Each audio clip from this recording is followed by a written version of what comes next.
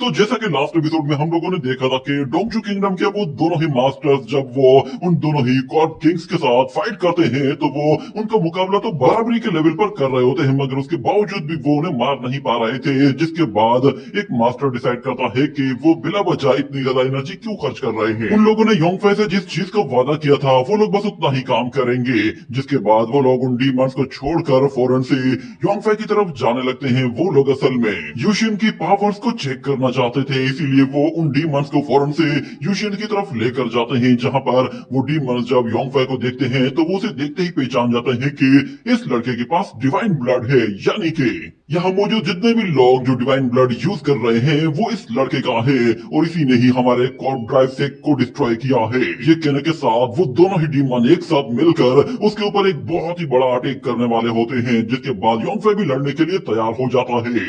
मगर इतने में वहां पर यूशिन आती है और वो कहती है कि तुमने मेरे लिए काफी कुछ किया है, अब मेरी बारी है। ये कहने के साथ वो एक एनर्जी अटैक करते ही उन दोनों डीमंस के अटैक को फौरन से वहीं पे ही रोक देती है, और हमें दिखाया जाता है वो दोनों ही डीमन अपना अटैक रोक लेते हैं। तो यहाँ पर यूशिन कहती है तुमने मेरी इतनी हेल्प की है, अब मेरी बारी है, अब मैं तुम्हारी हेल्प करूंगी।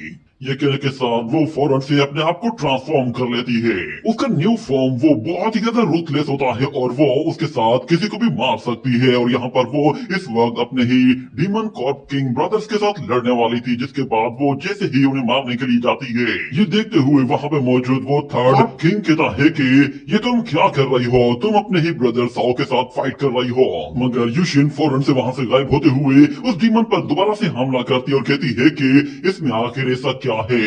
ये कॉर्प किंग्स हजारों सालों से इन कॉर्प ड्राइव से के हाथों कंट्रोल होते हुए आए हैं। ये कहते ही वो उन पर एक जोरदार अटैक करती है और फिर वहां से पीछे आते हुए कहती है कि मेरी सारी की सारी मेमोरीज वापस आ चुकी हैं और अब मैं जान चुकी हूँ कि मुझे किसके साथ फाइट करनी है। मैं सिर्फ यहाँ पर अपने लिए फाइट कर रही हूँ। ये कहने के साथ वो अपनी सोर्ड एनर्जी के साथ मल्टीपल सोर्ड जनरेट कर लेती है और उसका निशाना सिर्फ वो दो कॉर्प किंग्स होते हैं। ये देखकर वो दोनों ही कॉर्प किंग भी थोड़ा सा घबरा जाते हैं, और वो सोर्ड्स जब वो उनके ऊपर गिरना शुरू होती है तो वो दोनों ही वहां से भागते हुए अपनी जान बचाते हैं। और एक कॉर्प किंग वो उस लड़की से कह रहा होता है कि सिस्टर यूशिन अपनी कल्टीवेशन को ऐसे बर्बाद मत करो, कल्टीवेशन लाइफ बहुत ही महंगी होती है। यहाँ पर यूशिन उन कॉर्प किंग्स को टक्कर दे रही होती है, मगर दूसरी तरफ वो दोनों ही ओल्ड मास्टर्स वो यूशिन की फाइट को देखते हुए कहते हैं कि यकीन नहीं आता कि हजारों सालों से इसकी बॉडी के अंदर जो डेथ ओरा मौजूद था वो पूरी तरह से इस लड़के ने रिफाइन कर दिया है। जिसके बाद मास्टर ली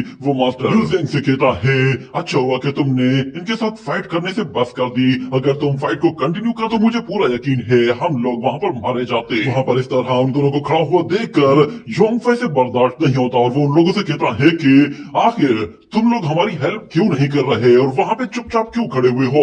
तो मास्टर ली उससे कहता है कि हमें लड़ने की इतनी भी क्या जल्दी है, वैसे भी हम लोग अब काफी बूढ़े हो चुके हैं और हम लोग ज्यादा लंबी लड़ाई नहीं लड़ सकते, इसीलिए हम लोग थोड़ा सा रेस्ट कर रहे हैं। हम दोनों ही काफी बूढ़े हो चुके हैं, हमारी हड्डियों में अब उतनी जान बाकी नहीं रही कि हम लोग ज्यादा लंबी लड़ाई लड़ सके, इसीलिए फिलहाल हमारी तरफ से ये समझ लो कि हम लोग एक छोटा सा ब्रेक ले रहे हैं। ये बात सुनने के बाद योंगफे कहता है कि इन दोनों ही ओल्ड मैन पर बिल्कुल भी भरोसा नहीं किया जा सकता, और वो यूशिन की तरफ देखता है। वो अभी भी उस ओल्ड मॉन्स्टर को टक्कर दे रही है, जिस पर वो फौरन से अपना स्पीयर निकालता है और कहता है कि अब वक्त आ गया है कि मुझे ही कोई गेम खेलनी होगी। इतना कहने के बाद उसकी चेस्ट में मौजूद ट्रेजर चमकना शुरू हो जाता है और यहाँ पर यूशिन वो उस मॉन्स्टर साओ पर हमला कर रही होती है और उसे कोई भी अटैक करने का मौका नहीं देती, मगर जैसे ही वो मॉन्स्टर साओ हमला करता है तो वो ट्रिपल स्लैश अटैक रिलीज कर देता है। पर यूशिन भी बहुत ही आसानी से उसे डॉज करती है और वो उस पर दोबारा से अटैक करने के लिए तेजी से उसकी तरफ आगे बढ़ती है। और वहां पे मौजूद वो थर्ड कॉर्प किंग कहता है कि सिस्टर तुम बिला वजह में ही हमारे साथ फाइट कर रही हो, तुम्हें हमारे साथ मिलकर उन डिवाइन ब्लड वॉरियर्स के साथ फाइट करनी चाहिए। उसका वो डिवाइन ब्लड तुम्हारी बॉडी को पूरी तरह से डिस्ट्रॉय कर देगा। इतना कहते हुए वो लोग यूशिन के ऊपर बहुत ही ज्यादा प्रेशर डालना शुरू कर देते हैं, मगर यूशिन वो पीछे मुड़कर देखती है तो वहां पर मौजूद वो दूसरा कॉर्प किंग जो कि योंगफे की तरफ आगे बढ़ने लगा था, यूशिन उसकी तरफ आगे बढ़ती है और उसे बहुत ही जोर से जमीन पे दे मारती है।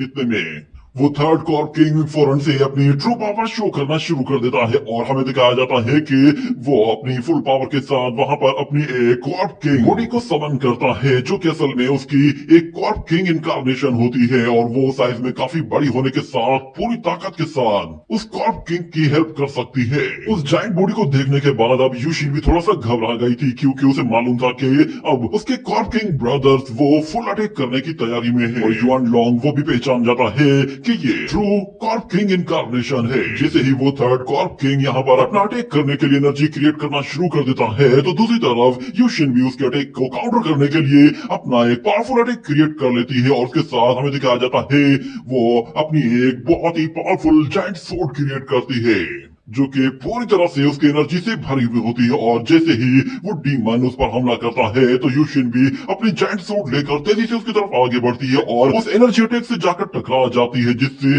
वो उस अटैक को वहीं पर ही होल्ड कर लेती है। दोनों ही अपना जोर लगा रहे होते हैं और यहाँ पर योंगफे कहता है कि यही सही मौका है, जिसके बाद वो फिर से अपना स्पीयर निकालता है और कहता है कि यही सबसे परफेक्ट टाइम होगा। ये कहने के साथ वो जैसे ही उस डीमन को मारने के लिए जाता है तो यहाँ पर वो सेकंड कॉर्प किंग अपीयर होता है और वो कहता है कि फोर्थ लेवल के वॉरियर तुम्हें भी अब इसके साथ मरना होगा। ये कहने के साथ वो जैसे ही अपनी सोड आगे बढ़ाता है तो योंगफे उसकी सोड के ऊपर अपना पैर रखकर फौरन से उस थर्ड कॉर्प किंग पर अपनी सोड से अटैक कर देता है।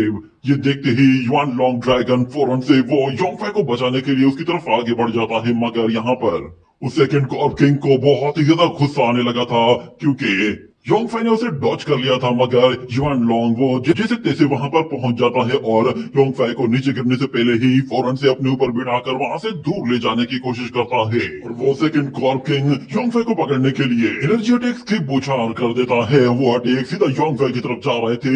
ये देखते ही योंगफे वो उन ओल्ड मास्टर से कहता है कि उम्मीद है आप लोगों ने काफी आराम कर लिया होगा, चलिए अब लड़ने का टाइम है। ये सुनते ही दोनों ही मास्टर्स वो योंगफे को बचाने के लिए उसके सामने आ जाते हैं और उस डीमन अटैक को रोकने के लिए अपने सामने शील्ड्स बना लेते हैं। ये देखकर वो कॉर्प किंग और भी ज्यादा भड़क जाता है और उसका गुस्सा सर चढ़कर बोलने लगा था, क्योंकि वो पहले ही इन दोनों ही मास्टर्स से काफी ज्यादा तंग आ चुका था। तो इसीलिए वो अब उन्हें मारने के लिए अपना पूरा जोर लगाने वाला था, जिसके लिए उसकी इनकारनेशन बॉडी वो बिल्कुल परफेक्ट थी। वो इनकारनेशन बॉडी जब बाहर आती है तो वो पहले वाले कॉर्प किंग की बॉडी से भी ज्यादा ताकतवर लग रही होती है। जिसके बाद वो एल्डर्स उस जायंट बॉडी के सामने खड़े होते हैं तो वो अपने एक ही हाथ से उन्हें उठाकर इस तरह फेंक देता है जैसे कि कोई चाहे से मक्खी को निकालकर फेंक देता है। जिसके बाद वो डीमन यूशिन के बारे में कहता है कि भले ही वो एंशिएंट गॉड डिसेंडेंट है, मगर यहाँ पे आज सबको मरना होगा, कोई भी जिंदा जाने वाला नहीं है। योंगफे को मारने के लिए वो अपना एक बहुत ही खतरनाक अटैक करने की तैयारी करता है, जिसके साथ हम देखते हैं कि वो बहुत सारे डिमोनिक स्कल्स रिलीज करता है, जो कि योंगफे की तरफ आगे बढ़ने लगी थी। ये देखकर यूशिन थोड़ा सा घबरा गई थी। उसे पता था कि ये अटैक कितना खतरनाक हो सकता है, मगर उसके सामने मौजूद वो थर्ड कॉर्प किंग फौरन से अपने चारों तरफ बहुत ज्यादा एनर्जी क्रिएट करते हुए उसे वहां से पीछे धकेल देता है और यूशिन देखती है कि योंगफे की जान खतरे में है। वो डिमोनिक स्कल्स बहुत ही तेजी से उसकी तरफ आगे बढ़ रही थी और वो कॉर्प किंग उन स्कल्स की पावर के साथ एक सक्शन पावर को भी एक्टिवेट कर देता है, जिससे वो डिमोनिक स्कल्स फौरन से हर चीज को अपने अंदर खींचना शुरू कर देती हैं। योंगफे क्योंकि वो युआन लोंग के ऊपर बैठा हुआ था तो वो उसके ऊपर से वापस पीछे खींचना शुरू हो जाता है। उसका खुद पर कोई भी कंट्रोल नहीं होता। वो बिल्कुल बेबस हो चुका था। युआन लोंग वो उसे इस हाल में देखता है तो वो उसे बचाने के लिए वापस से पीछे की तरफ जाता है, मगर यहाँ पर भी कोई फायदा नहीं होता, क्योंकि युआन लोंग अब काफी दूर था और योंगफे वो उस डिमोनिक स्कल के बिल्कुल मुंह के अंदर आ चुका था। ये देखते ही युआन लोंग अपनी स्पीड को बढ़ा देता है और इससे पहले कि वो योंगफे तक पहुंच पाता, योंगफे वो उस डिमोनिक स्कल के मुंह में जा चुका होता है, जिस पर सारे ही लोग बिल्कुल हैरान हो चुके थे। उन्हें एक जोरदार झटका सा लगा था, मगर जहां तक बात यूशिन की थी उसे तो एक सदमा सा लग गया था। वो हजारों सालों की नींद के बाद जागी थी और उसे कोई अपना मिला था, मगर वो इतने ही कम टाइम में उस अपने को भी खो बैठी थी, जिसकी वजह से उसका गुस्सा बढ़ने लगा था और वो अपने ही ब्रदर से कहती है, ये तुमने क्या कर दिया। इतना कहते ही वो अपनी पावर को बढ़ाना शुरू कर देती है। उसकी पावर की वजह से हर जगह उसका एनर्जी और फैलना शुरू हो जाता है और अगर अगले सीन में हमें दिखाया जाता है कि सुबह का टाइम है और योंगफाई अभी भी जिंदा है और वो एक अलग ही दुनिया में आ पहुंचा है। वहाँ पर उसके आसपास कुछ जानवर होते हैं और एक हिरन जब उसकी फेस को चाट रही होती है तो योंगफाई होश में आ जाता है और वो अपने आसपास एक नई जगह को देखकर बिल्कुल सरप्राइज होता है कि ये कौन सी जगह है और मैं यहाँ पर कैसे आ गया। उसे अपने सामने एक बहुत ही बड़ा दरख्त दिखाई देता है जो कि इतना बड़ा होता है कि वो आधा बादलों के ऊपर था। वो खुद काफी परेशान होता है कि ये कौन सी जगह है और मैं इतने दूर कैसे निकल आया। जबकि हम लोगों ने देखा था कि जब वो डेमोनिक स्कल के मुंह के अंदर जाने वाला था तो अचानक उसकी बॉडी में मौजूद कोई चीज चमकने लगी थी और उस चीज ने ही योंगफाई को यहाँ पर पहुंचा दिया था। उस जायंट ट्री के करीब जाने के बाद योंगफाई को कोई चमकती हुई चीज नजर आती है। वो उसे देखने के लिए अपनी डिवाइन आइज के जरिए देखता है तो उसे पता चलता है कि वहाँ पर जेड पाल्म मौजूद है। ये वही जेड पाल्म थी जिसके लिए उन लोगों ने बहुत पहले पूरे डोंगचू किंगडम में फाइट की थी और सारे ही लोग उस जेड पाल्म को लेने के लिए इकट्ठे हुए थे। और योंगफाई को फील होता है कि उस जेड हैंड के साथ साथ मेरी लेजेंडरी कमान भी गायब हो गई थी। इसका मतलब है वो दोनों यहाँ पर मौजूद हो सकते हैं। सोचा भी नहीं था कि ये जेड गॉड हैंड यहाँ पे मौजूद हो सकता है। और ये जगह भी काफी अजीब सी है। जहाँ मैं डीमंस के साथ फाइट कर रहा था वहाँ पर रात का टाइम था और यहाँ पर दिन का टाइम है, यानी कि ये जगह कोई अलग ही रियलम है और मैं कहीं और पहुंच गया हूँ। जैसे ही वो उस जेड गॉड हेड के पास जाता है और उसे करीब से देखता है तो वो कहता है कि इससे अब कोई फर्क नहीं पड़ता कि ये कौन सी जगह है। फर्क तो इस चीज से पड़ता है कि आखिर ये जेड गॉड हैंड यहाँ पर क्या कर रहा है। और ये अपने आप ही यहाँ पे अपीयर तो नहीं हो सकता, जरूर से यहाँ पर कोई लाया होगा। उसे अपने पीछे उस जायंट ट्री से काफी ज्यादा पावरफुल स्पिरिचुअल एनर्जी फील हो रही होती है जो कि उसने आज से पहले कभी फील नहीं की थी। इतनी हाईएस्ट रैंकिंग की स्पिरिचुअल एनर्जी वो पहली मर्तबा फील कर रहा था। उसे यकीन नहीं आ रहा था कि ये जेड गॉड हैंड यहाँ पर उसे इतनी आसानी से मिल भी गया और ऊपर से यहाँ पर इतनी ज्यादा स्पिरिचुअल एनर्जी है कि वो उससे अपना लेवल भी अपग्रेड कर सकता है। मगर जब वो ऊपर की तरफ देखता है तो ऊपर से एक लड़की की आवाज आती है और जब वो लड़की नीचे आ रही होती है तो योंगफाई उसे देख कर कहता है कि आखिर ये कौन है। मगर वो लड़की उससे कहती है मैंने न जाने कितनी ही हेवनली ट्राइबुलेशंस को काउंटर किया है, न जाने कितनी ही खतरनाक सिचुएशन से मैं बाहर निकल कर आई हूँ, उसके बावजूद भी मैं अभी भी जिंदा हूँ। यहाँ तक कि मेरी सोल तो वो पूरी तरह से डैमेज हो गई थी मगर उसके बाद भी मेरी स्पिरिट वो पूरी तरह से महफूज थी। मैं अपने आप को न जाने कितनी मर्तबा रीइंकार्नेट कर चुकी हूँ। यहाँ तक कि 6 रियलम वो भी परमानेंट नहीं है मगर मैं बिल्कुल परमानेंट हूँ। चाहे ये 6 रियलम खत्म हो जाए उसके बावजूद भी मेरी एग्जिस्टेंस खत्म नहीं होगी। और फिर वो योंगफाई को देखते हुए कहती है तो फाइनली तुम यहाँ पर आ ही गए। तो योंगफाई कहता है इसका मतलब ये है कि तुम ही मुझे यहाँ पर लाई हो और तुम मुझे जानती होगी। मगर वो लड़की उससे कहती है मैं तुम्हारे बारे में ज्यादा कुछ नहीं जानती, बस मैं ये जानती हूँ कि तुम्हारी बॉडी वो मेरे लिए बिल्कुल परफेक्ट है और ये बात हमेशा अपने दिमाग में डालकर रखना। मगर योंगफाई कहता है तो मुझे लगा ही था कि शायद उस जेड रुई में कोई मौजूद है। वो उस लड़की से पूछता है उस जेड रुई के अंदर जो लड़की है वो तुम ही हो ना। तो वो लड़की कहती है कि तुम्हारा गेस सही भी है और गलत भी है। तुम ये कह सकते हो कि ये जगह उस जेड रुई के अंदर है मगर तुम इसके बारे में ये भी कह सकते हो कि ये पूरी तरह से एक इंडिपेंडेंट वर्ल्ड है। ये बात तो योंगफाई को चौंका देती है कि ये इंडिपेंडेंट वर्ल्ड कैसे हो सकता है। इतने में उसे याद आता है कि उसके फादर ने उसे एक मर्तबा इस तरह के इंडिपेंडेंट वर्ल्ड के बारे में बताया था। उन्होंने कहा था कि वो एक बहुत ही बड़े माउंटेन को एक छोटे से सीड के अंदर भी लॉक कर सकते हैं। शायद वो इसी स्पिरिचुअल वर्ल्ड की बात कर रहे थे। मगर योंगफाई वो उस लड़की से कहता है मुझे बताओ तो सही कि आखिर तुम हो कौन और इस सीक्रेट वर्ल्ड के अंदर तुम क्या कर रही हो। ये सुनकर वो लड़की हंसना शुरू कर देती है और कहती है कि मैं एक वॉरियर हूँ जिसने 100 बैटल्स लड़ी हैं और उसके बावजूद भी मैं 100 बैटल्स में सरवाइव कर गई हूँ। चाहे हेवन की तरफ से मेरी सोल को वो पूरी तरह से खींच कर निकाल लिया जाए या फिर मेरी सोल को डिस्ट्रॉय कर दिया जाए मगर मेरी स्पिरिट वो कभी भी हेवन एंड अर्थ की गुलामी नहीं करेगी। मैंने अपनी ताकत से अपनी सोल को दोबारा से रीयूनाइट कर लिया है और अपनी बॉडी को भी रिबिल्ड कर दिया है। अब वक्त आ गया है कि मैं दोबारा से अपनी बॉडी को पहले वाले फॉर्म में लेकर आऊं और तुम्हारी बॉडी के अंदर रहकर मैं बहुत जल्द अपने आप को रिवाइव कर लूंगी। उसकी बातें योंगफाई की समझ में नहीं आ रही होती। वो कहता है कि ये लड़की काफी मिस्टीरियस है और इसके ऊपर भरोसा नहीं किया जा सकता। पर मुझे इसके अंदर से किसी किस्म की कोई इंटेंशन भी फील नहीं हो रही कि शायद ये मुझे मारना चाहती हो या नुकसान पहुंचाना चाहती हो। ऐसा कुछ भी फील नहीं हो रहा। वो लेडी योंगफे से कहती है, तुम जानना चाहते हो कि मैं कौन हूँ? मैं तुम्हें बता दूं कि इस दुनिया में कोई भी ऐसा वॉरियर नहीं जो खुद को जानता हो कि वो क्या है। बस तुम लोगों का सिर्फ एक ही मकसद है, तुम लोगों को बस अपनी पूरी जिंदगी गुजार देनी है। यहाँ तक कि गॉड्स को भी अपने बारे में कुछ भी मालूम नहीं है। तुम्हें इसके बारे में तो शायद गॉड डूगू बाइटियान भी ना बता पाए। ये सुनने के बाद योंगफे से कहता है कि तुम लोग जरूर एंशिएंट डीमन गॉड्स हो गए जो कि पास्ट लाइफ में कहीं गायब हो गए थे। मुझे बताओ कि आखिर 10,000 साल पहले हुआ क्या था? आखिर सारे के सारे गॉड्स और डीमंस वो कहाँ चले गए हैं? ये सुनने के बाद वो लड़की उसे बताती है कुछ बातें ऐसी हैं जो कि तुम्हारी सोच से भी ज्यादा दूर है और तुम्हें पता भी नहीं चलेगा कि 10,000 साल पहले क्या हुआ था। क्योंकि वो लोग जो 10,000 साल पहले की कहानी जानते हैं वो सारे के सारे किसी जगह या तो कैद हो चुके हैं या फिर गॉड सिमेट्री के अंदर दफन हो चुके हैं। ये सुनकर योंगफे कहता है, अगर गॉड्स खत्म हो गए हैं तो इसका मतलब है डीमंस तो मुझे इसके बारे में बिल्कुल भी कुछ नहीं बताएंगे। और फिर वो लेडी से कहती है, मेरी जिंदगी खतरे में है, मुझे दोबारा से अपनी डीप स्लीप में जाना होगा। मैं यहाँ पर काफी देर से मौजूद हूँ, मैंने काफी ज्यादा एनर्जी कंज्यूम कर ली है, अब मुझे एक गहरी नींद में जाना है।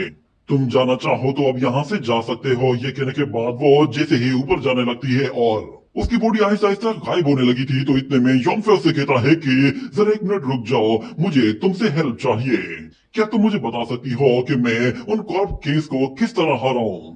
तो वो लेडी कहती है कि हाँ क्यों नहीं, मैं तुम्हें 2 ट्रेजर्स दे वैसे भी मेरी ये बॉडी तुम्हारी बॉडी की वजह से तो रिलाई कर रही है, अगर तुम मर गए तो शायद मेरी ये बॉडी खत्म हो जाएगी, इसलिए मैं यहाँ पर जिंदा रहने के लिए तुम्हें 2 रिवॉर्ड्स दे रही हूँ। पहला जो रिवॉर्ड तुम्हारे लिए है वो हेवनली डिमोनिक हैंड है। ये कहने के साथ वो अपनी एनर्जी के साथ जेट पाल्म को अनलॉक करने की कोशिश करती है। ये देखकर योंगफे थोड़ा सा कंफ्यूज हो जाता है कि इस लड़की ने इसे डिमोनिक हैंड क्यों कहा है जबकि ये एक गॉड हैंड है।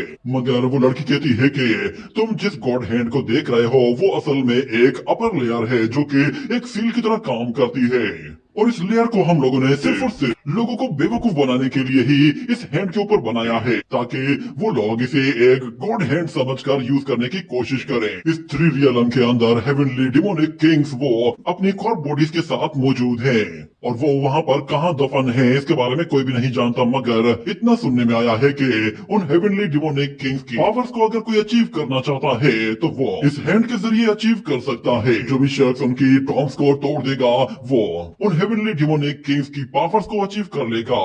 मगर मैं जानती हूँ कि तुम इस हैंड पर कुछ ज्यादा ही रिलाई करने की कोशिश करोगे, इसीलिए मैं इस हैंड के ऊपर कुछ रेस्ट्रिक्शंस लगा रही हूँ। तुम इसे बार बार यूज ना करो, इसीलिए मैंने इसके ऊपर ऐसी सील लगा दी है कि जिससे तुम इसे सिर्फ और सिर्फ 3 बार ही यूज कर पाओगे। 3 बार के बाद ये हैंड अपने आप ही डिसअपियर हो जाएगा, और उसके बाद हेवनली डीमंस के हेड पर मौजूद सील वो अपने आप ही हट जाएगी, और वो हेवनली डीमन अपने ट्रू फॉर्म को और अपनी ट्रू बॉडी को दोबारा से रिकंस्ट्रक्ट करना शुरू कर देंगे। ये तुम्हारा पहला गिफ्ट है, मगर दूसरा गिफ्ट तुम्हें कुछ ज्यादा ही अच्छा लगने वाला है। तुम उसके बारे में जानते हो, वो तुम्हारी अपनी ही लेजेंडरी कमान है। इतना कहने के साथ वो लेडी फौरन से अपनी एनर्जी उस जायंट डिवाइन ट्री की तरफ ट्रांसफर करती है, तो वो फौरन से अपनी रूट्स को रिलीज करना शुरू कर देता है। ये देखकर योंगफे भी हिल गया था कि लेजेंडरी कमान वो इस लड़की के पास है, शायद इसने यहाँ पर कहीं छुपाई है।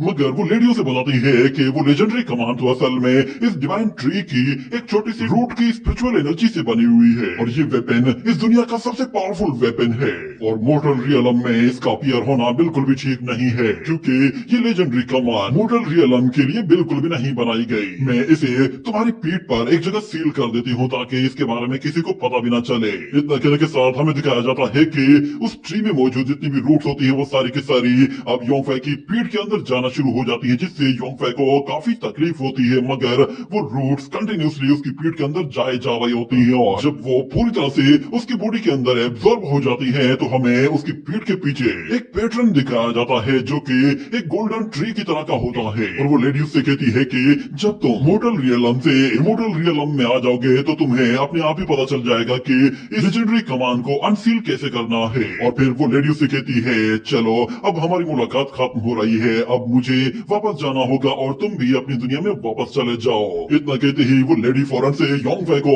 वापस से पुश करते हुए उसकी ओरिजिनल वर्ल्ड में वापस भेजती है। तो योंगफाई फौरन से एक पोर्टल के जरिए वापस से अपने रियल वर्ल्ड में ट्रांसफर हो जाता है। जब वो नीचे गिरता है तो वो सीधा उसी जगह गिरता है जहाँ पर युआन लोंग ड्रैगन मौजूद था। वो सीधा उसके सिर के ऊपर गिरा था, जिससे युआन लोंग थोड़ा सा डर गया था और वो कहता है कि ये क्या चीज है, मेरे सर पर क्या गिरा है। उसे पता नहीं था, मगर फिर योंगफाई कहता है घबराओ मत, ये मैं ही हूँ। तो योंगफाई की आवाज सुनकर वो काफी ज्यादा खुश होता है और थोड़ा सा हैरान भी था कि तुम अभी भी जिंदा हो। तो योंगफाई कहता है कि वो कॉर्प किंग कहाँ है और यहाँ पर इतने ज्यादा क्लाउड्स क्यों हैं? क्या तुम बैटलफील्ड को छोड़कर भाग रहे हो? मैं चाहता हूँ फौरन से वापस चलो, हमें उस बैटलफील्ड में जाना होगा। जिस पर युआन लोंग कहता है क्या तुम्हारा दिमाग हिल गया है? तुम्हें समझ में नहीं आ रहा कि वहाँ जाना तो मौत को दावत देना है और ऊपर से तुम बार बार ही तो बचे हो। क्या तुम दोबारा से मरने के लिए वहाँ पर जाना चाहते हो? तो योंगफाई वो अपनी पावर्स के बारे में जानता था और यूशिन को अकेला छोड़ना भी नहीं चाहता था, तो इसीलिए वो उससे कहता है कि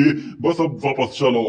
मगर वो ड्रैगन कहता है तुम्हें अपनी पावर के बारे में पता भी है ना कि तुम अपनी इन पावर्स के साथ उन कॉर्प किंग का मुकाबला नहीं कर सकते, तुम बिना वजह मारे जाओगे।